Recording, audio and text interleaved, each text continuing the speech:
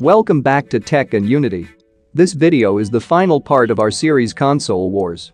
And in this video we are gonna discuss about the differences between the consoles PS5 and Xbox Series X. So let's get started. Both the PS5 and Xbox Series X consoles are great. They both arrive at similar goals through different means, from form factor to storage to controllers and more. It'd be one thing if the PS5 were just big. Which it is. But what exacerbates the issue is that the Xbox Series X is a more powerful console that is just as quiet and runs just as cool in a much smaller form factor. And in a vacuum this would just be a fanboy talking point, but the real-world implication of the PS5's size is that it genuinely does not fit into a lot of living room entertainment centers, whether stood tall or laid down horizontally. PS5 will have to live on top of the console shelving unit, while Series X fits comfortably inside it. The good news is that the PS5 stays quiet and cool, which is the most important thing at the end of the day, but it comes at the cost of taking up a lot of space. The PS5's custom SSD is the real deal. That speed is startling to experience as someone who has been grappling with PS4's UI and slower load times and is an absolute gamachanger in breaking down the time it takes to get to what these consoles are meant to do. Play games. Thanks to the new control center which are making things quicker. More than that, the PS5 UI prioritizes ease of getting into your game. There are no extraneous menus, and pulling up overlays and other features like the Create button is nearly instantaneous. The Xbox may have the very cool Quick Resume feature, but the speed in which jumping into a game after turning on your PS5 hasn't made the lack of that ability. While neither $500 console comes away smelling particularly good on this one, the Xbox Series X and its 802GB of usable storage space is significantly more than the PS5's 667GB. That means the PS5 has 17% less storage capacity than the Xbox, and more practically, it means you can fit approximately 2 fewer big games on your drive.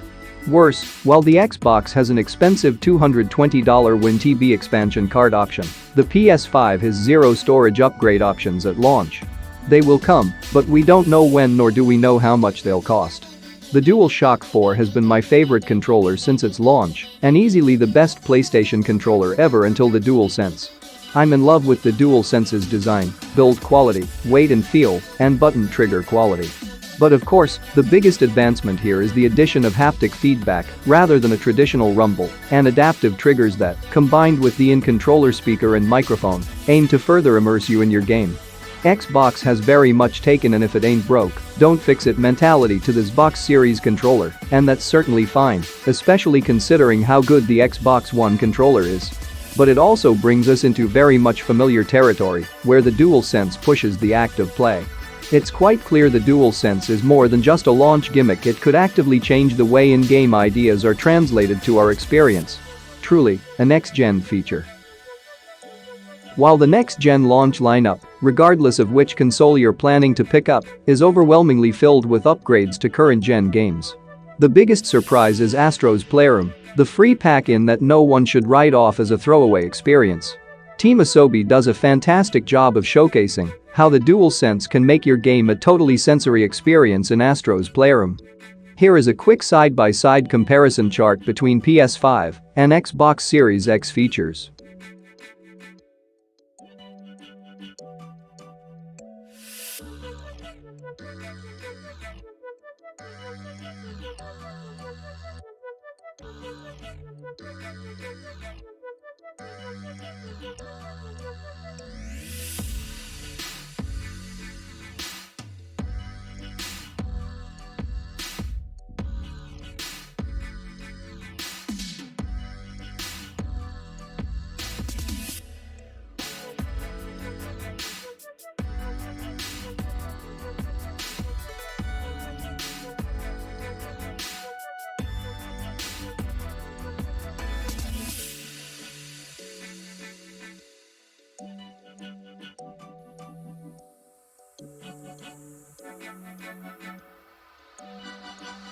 Xbox has been doing the work here, and it shows.